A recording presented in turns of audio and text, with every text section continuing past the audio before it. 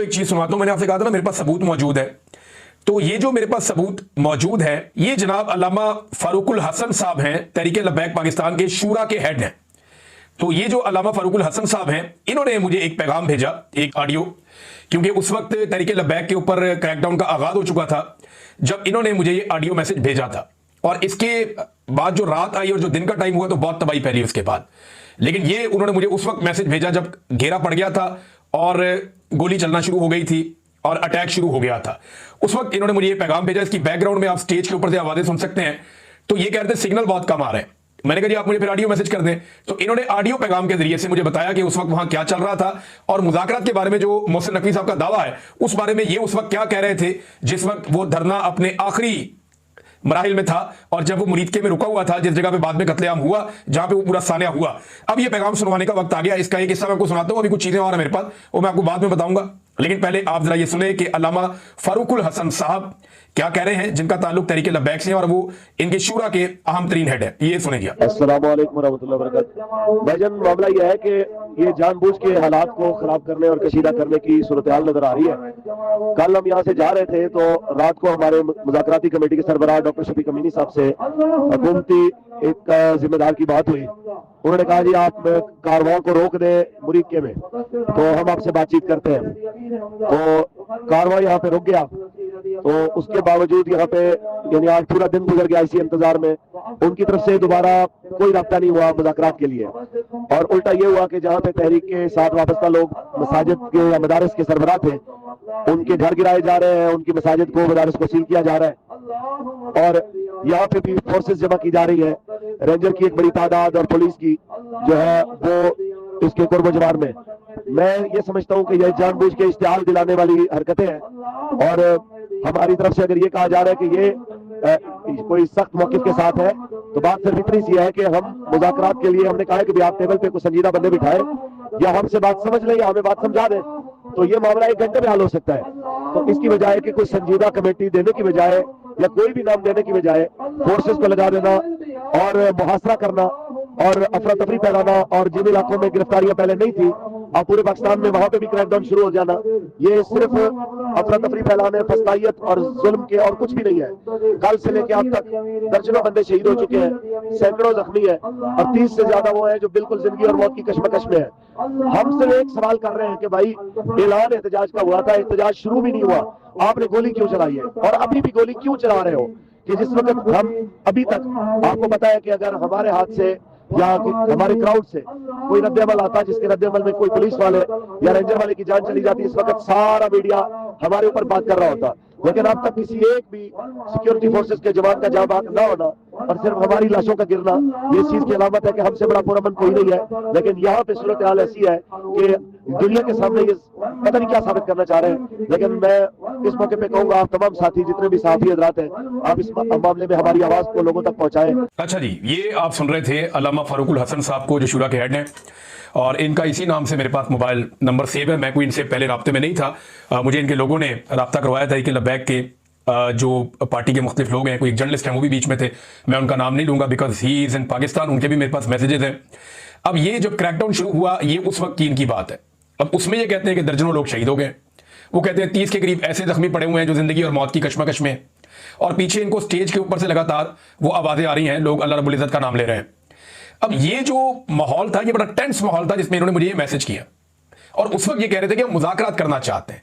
मेरे साथ इनकी पहले बात हो रही थी, वो ऑडियो बार बार कट रही थी, बात हो नहीं पा रही थी। तो मैंने इन्हें कहा कि आप मुझे ऑडियो मैसेज भेज दें क्योंकि आपके पास सिग्नल नहीं है।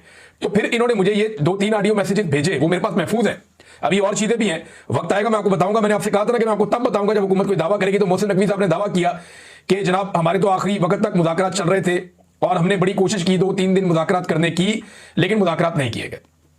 ये एक झूठ है और मैंने आपको इसका पहला सबूत दिया है। इसके अलावा और बहुत सारे सबूत हैं। जो लोग स्टेज पे मौजूद थे वो बार बार ये कह रहे थे, शाहिद खकान अब्बासी साहब ने कहा जी हकायक छुपाए गए हैं, बहुत सारे लोग शहीद हुए हैं, मयतें उन्हें वापस नहीं मिल रही। उन्होंने अपने इलाके के अपने करीबी एक बंदे के बारे में भी बताया कि जनाब अब हलफनामे मांगे जा रहे हैं, गारंटियां मांगी जा रही हैं कि कोई कानूनी कार्रवाई नहीं की जाएगी, अगर आपको लाश दफनाने के लिए वापस देंगे तो लोगों के लिए लाशें वापस लेना एक मसला बना हुआ है।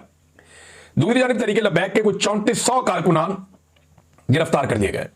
अच्छा, एक सवाल पूछा जाता है, बार बार किया जाता है कि जनाब जब फलस्तीन के अंदर अमन आ रहा है तो फिर आप एहतजाज क्यों कर रहे हैं? भाई ये एहतजाज तो दुनिया के कई और मुल्कों में भी हो रहा है। जालिम के खिलाफ एहतजाज तो आप किसी वक्त भी कर सकते हैं, ये बाकी मुल्कों में लोग कहते हैं। बरतानिया में इस अमन मुआहदे के बाद भी एहतजाज हुआ, यूरोप में भी हुआ, और तहरीक लब्बैक के एहतजाज के ऊपर जब गोलियां चल रही थी तो साउथ अफ्रीका में भी एहतजाज हो रहा था। तो इससे क्या फर्क पड़ता है कि कोई आदमी कब एहतजाज करता है? जुल्म के खिलाफ आप किसी वक्त भी आवाज उठा सकते हैं। मसला यह है कि ये तहरीक लब्बैक बड़ी नेगेटिव पॉलिटिकल पार्टी रही है, मुझे पता है इनका। इन्होंने गालिम गलोच का एक बाजार गर्म किया हुआ था, इनकी क़यादत मेंबर पे बैठ के गाली निकाल देती थी। वो सारी जगह चीजें अपनी जगह, इनको कानून के मुताबिक आपको निपटना चाहिए था। आज तक इनकी कोई चीज आपको बुरी नहीं लगी, सिर्फ ये इसराइल के खिलाफ बाहर निकला है तो आपको बुरा लग गया, और आपने इतना बड़ा ऑपरेशन कर दिया और इतनी ऐसी सूरत बना दी। अच्छा, बहुत सारे हमारे जो दोस्त हैं ना, जो लिबरल्स हैं, जो पाकिस्तान तहरीक इंसाफ के ऊपर जो जुल्म और सितम हुआ उसके ऊपर भी बात कर लेते हैं, वो इस बारे में जो है ना वो मुख्तलिफ राय रखते हैं। वो कहते हैं जी इनको मारो, ठीक है, क्यों, ये इंसान नहीं है। वो ये कहते हैं जी इस फितने को कुचल दो, इसको खत्म कर दो। आपकी बात ठीक है, लेकिन अगर आप मावराए अदालत कत्ल करने की इजाजत दे देंगे रियासत को, तो आज वो इन्हें मार रहे हैं। वो तो इसी तरह जस्टिफाई करते हैं कि बलूचिस्तान में जो कत्ल होते हैं मावराए अदालत वो भी ठीक है। वो तो ये भी कहते हैं जो पंजाब पुलिस कत्लेआम करती चली जा रही है, पुलिस मुकाबले हो रहे हैं, वो भी ठीक है। वो तो यही कहते हैं जिनको हम जबरी तौर पे लापता करते हैं या जिन्हें गुमशुदा करते हैं या जिन्हें ठिकाने लगा दिया जाता है, जिनकी मसकशुदा लाशें मिलती हैं, वो भी ठीक है। यानी अगर आपने इसी तरह से फितनों को कुचलना है तो फिर अदालतें बंद कर दीजिए, कानून और इंसाफ के तमाम दरवाजे बंद कर दीजिए। हर सोच को खत्म करने के लिए आप बंदूक नहीं उठा सकते, आपको लॉजिकली चीजें करनी पड़ती है। मुल्क के अंदर एक कानून होता है। मेरी तमाम लिबरल हजरात से गुजारिश है कि आपको इनसे बहुत गिले होंगे, बहुत शिकवे होंगे, मुझे भी है यार। आप लोगों को तो इन्होंने प्रैक्टिकली नहीं मारा, मेरे साथ तो हाथापाई हुई है। इसके बावजूद मैं ये कह रहा हूं कि किसी को घेर के चारों तरफ से गोलियां चलाना किसी किस्म का इंसाफ नहीं है। अदालत में चले जाए, कानून के मुताबिक कर ले, बंदों को गिरफ्तार कर ले। अभी मसाजिद बंद की जा रही हैं, जगह जगह पे जो है वो ऐलानात किए जा रहे हैं, और मुझे ऐसा लगता है कि जो रिजवी बरादरान हैं उन्हें मंजरे आम पे लाने के लिए जुम्मा गुजरने का इंतजार किया जाएगा, क्योंकि जुम्मे के दिन जो है वो मजहबी सियासी जमातों का रिएक्शन बहुत ज्यादा आता है, वहां उनकी स्ट्रेंथ बहुत बढ़ जाती है। लिहाजा जुम्मा गुजरने का इंतजार किया जाएगा और जुम्मे के बाद आप कोई ना कोई डेवलपमेंट देखेंगे, मुझे तो ऐसा लग रहा है।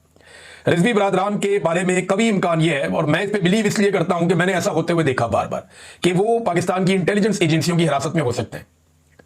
बहुत मुमकिन है कि जो एजेंसियां कह रही हैं वो ठीक हो, लेकिन नहीं, मुझे ऐसा ही लगता है। क्योंकि देखिए, अगर वो किसी और जगह पे आते तो उनका कोई ना कोई पैगाम आ जाता, कोई ना कोई ऑडियो आ जाती, कोई ना कोई वीडियो आ जाती। वो अगर जख्मी है तो कहीं इलाज करवाते, या उनकी फैमिली की जानिब से या पार्टी की जानिब से कोई हिकमत अमली सामने आ जाती। ये ऐसे इश्तिहारियों की तरह छुप कर तो वो रह नहीं सकते। मैं अपने बारे में भी सोचता हूं कि क्या मैं ऐसे रह सकता हूं, तो मैं नहीं रह सकता। तो वो कैसे इस तरह इतना टाइम गुजार सकते हैं? एक पॉलिटिकल पार्टी तो बनी हुई है ना उनकी, चाहे आप उससे इख्तलाफ करें, उसके हेड है। ये मुमकिन नहीं है मेरी दानिश में, वो एजेंसियों के पास ही है। और जो ठीक वक्त आएगा उस ठीक वक्त पे एजेंसियां उन्हें कानून नाफिज करने वाले इदारों के हवाले करेगी, और एक पूरा इसके लिए जो है वो शतरंज एक बिछाई जाएगी, और उस तरीके से वो होगा। अब कुछ लोग इसको बहुत बड़ा जुल्म समझ रहे हैं और इसके खिलाफ आवाज उठा रहे हैं। इमरान खान साहब के खिलाफ पीका का मुकदमा करने का इन्होंने फैसला कर दिया, और आप रीजन सुनेंगे तो आप हैरान हो जाएंगे। यानी इमरान खान साहब ने एक स्टेटमेंट दिया, और उस स्टेटमेंट में इमरान खान साहब ने कहा कि ट्वीट थी ना उनकी, कि मुरीद के वाकये में सरकारी इतलात के मुताबिक 4 मुजाहिरीन जान से गए, जबकि मुतासरा फरीक के मुताबिक हकीकी तादाद 400 से 600 तक है। यही तो कह रहे हैं तरीके लब्बैक वाले या बाकी लोग। रेहान ग्राम जो है वो उसने तो ये कह दिया 1000 से ज्यादा है, जबकि तरीके लब्बैक वाले कह रहे हैं कि तादाद सैकड़ों में है। समा टीवी ने जो प्रोग्राम किया, समा टीवी के प्रोग्राम के ऊपर जो तादाद बताई गई, वो जख्मियों की तादाद को 150 के करीब उन्होंने बता दी, और उन्होंने कहा जी लाशें भी और जख्मी जो है वो सैकड़ों में है। ये समा टीवी के ऊपर चला, वहां पीका नहीं लगा, वहां पे पीका ने कोई एक्शन नहीं लिया, और इमरान खान जिसने दोनों का मौक़िफ़ बयान किया उसके ऊपर पीका लगाने का फैसला कर दिया गया। How is it possible? कैसा मज़ाइका खेज मुकदमा है, सिर्फ टिकटॉकर्स की ख्वाहिश के ऊपर या उनके आकाओं की ख्वाहिश के ऊपर। यानी ये अजीबोगरीब निज़ाम चल रहा है, यहां लौंडियां हैं, गुलाम हैं, आका हैं। ये तो मुझे लगता है कि हम कोई कई 100 साल पीछे चले गए। पाकिस्तान के अंदर जमहूरियत नाम की चीज ही कोई नहीं है। ये मुकदमा जनाब हमारी ख्वाहिश है तो ये दर्ज कर दिया जाए इमरान खान के खिलाफ, ऐसे थोड़ी होता है।